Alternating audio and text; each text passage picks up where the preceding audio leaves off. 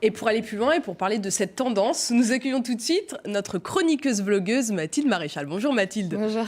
Alors, nous sommes sensibilisés au développement durable au quotidien. On fait attention à éteindre nos ordinateurs, à éteindre la lumière, le robinet d'eau aussi, à économiser tout ça, prendre le vélo au lieu de la voiture, faire du covoiturage si on n'a pas le choix.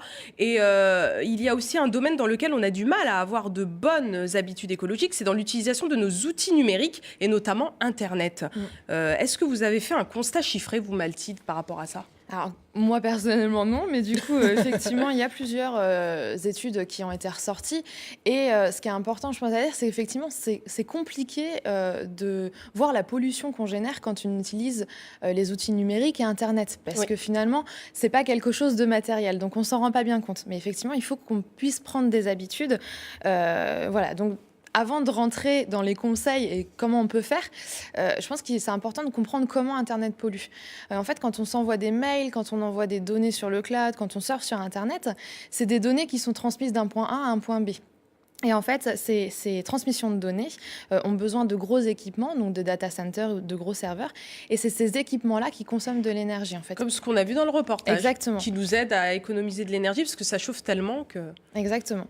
Et donc, du coup, par exemple, 47% des émissions de gaz à effet de serre générées par le numérique sont dues aux équipements et 25% sont dues aux data centers. Ah oui. Voilà, donc on va voir tout de suite quels sont les petits conseils qu'on peut appliquer au quotidien, parce que tout le monde peut en faire un petit peu. Donc par exemple, on va parler des mails dans un premier temps. Vous savez qu'en une heure, il y a 1,6 milliard de mails qui sont envoyés dans le monde. Donc c'est énorme. C'est donc, énorme. On peut imaginer la pollution que ça engendre. Mais alors les petits conseils, par exemple, que je peux vous donner, c'est on ne met pas en copie tout le monde, on met vraiment, on envoie le mail aux personnes concernées, pardon. Par exemple, si on multiplie par 10 le nombre de destinataires, on multiplie par 4 l'impact écologique de son mail. Donc les listes, c'est pas bien. Les listes, par exemple, on ne fait pas répondre à tous, ouais. On fait répondre aux personnes qui sont concernées. Voilà, on enlève les personnes qui ne le sont pas. Des petits gestes faciles, on trie ses mails, on vide sa corbeille régulièrement.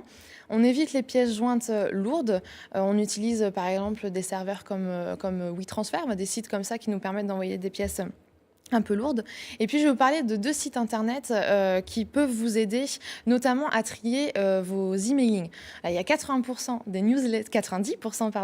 newsletters qui ne sont jamais ouvertes. Donc, il faut faire du tri dans ces newsletters. Ah oui, ça, c'est sûr qu'on en reçoit tellement Exactement. que finalement, on les lit plus. En final, on les supprime, on les lit même pas, mais autant... Ou parfois, on les laisse dans la boîte mail. Parfois, on les laisse. Donc, autant les supprimer et autant faire le tri dans tout ça. Donc, il y a 2 petits sites qui vont vous aider pour ça.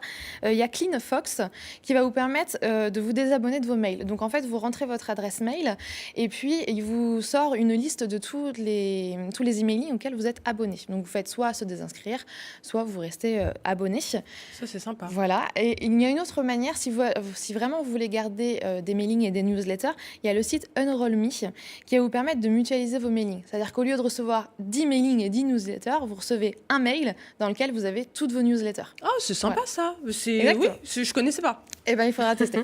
Et on a aussi la possibilité de faire réparer les choses au lieu de les jeter. Aussi. Exactement. Alors éviter l'obsolescence programmée, par exemple. Complètement. On le sait, tous les outils numériques sont programmés pour, à un moment donné... Pour mourir. Pour mourir, faut dire exactement. Ça comme ça. Exactement. Alors, pour vous donner des petits chiffres, la fabrication d'un ordinateur, c'est 240 kilos de combustible fossile et 22 kilos de produits chimiques. Ouais. Et une puce électronique, vous savez, les toutes petites puces, c'est 400 matériaux différents et 180 étapes de fabrication. Donc, c'est énorme. Donc, effectivement, il faut, avec nos équipements, plutôt avoir le réflexe réparation ou achat d'occasion. Si on a envie d'acheter quelque chose de nouveau. Mais la réparation fonctionne très bien. Et d'ailleurs, il y a une association sur Nantes qui s'appelle Ping et ils ont un projet qui s'appelle Slowtech. Donc, vous pourrez aller voir le site internet slowtech.fr où en fait, ils font des ateliers réparation en tout genre, mais aussi dans le numérique. Voilà. Donc, c'est vous pouvez enseigner auprès d'eux. On peut du coup participer à cet atelier pour nous-mêmes pouvoir réparer nos outils. On vient avec son outil puis on peut voir ce qui est possible de faire. Donc, très intéressant. Plutôt intéressant, effectivement. Et puis, avant cela, en fait, je pense que le conseil numéro 1, c'est de bien s'équiper. s'équiper. C'est-à-dire de vraiment savoir quels sont ses besoins, quelles sont ses envies, et de ne pas acheter un ordinateur portable quand notre besoin, c'est juste une tablette, par exemple. Il faut vraiment définir ce dont on a besoin avant d'acheter. Être moins dans la consommation. Être moins dans la consommation, forcément. Et puis, vous parliez tout à l'heure d'éteindre l'ordinateur, mais ça, c'est un réflexe qu'on a encore très peu. Oui, on met souvent tous nos appareils en mode veille, et ça, bon, on le sait, mais il faut vraiment le faire. C'est vraiment important pour lutter contre la pollution numérique. Et il y a aussi la possibilité de passer par des moteurs de recherche écolos. Alors, moi, j'ai noté qu'il y en avait un qui s'appelait Oesia ou Ecosia. Ecosia, voilà, c'est ça. Exactement. Alors là, du coup, sur Internet, c'est pareil. Quand on fait une recherche Internet, ça génère une demande au serveur et donc ça génère de la pollution. En une heure, il y a 180 millions de recherches Google. Et c'est énorme. En 2016, Google a généré 7 tonnes de CO2 par jour. C'est énorme. Donc, il faut faire quelque chose.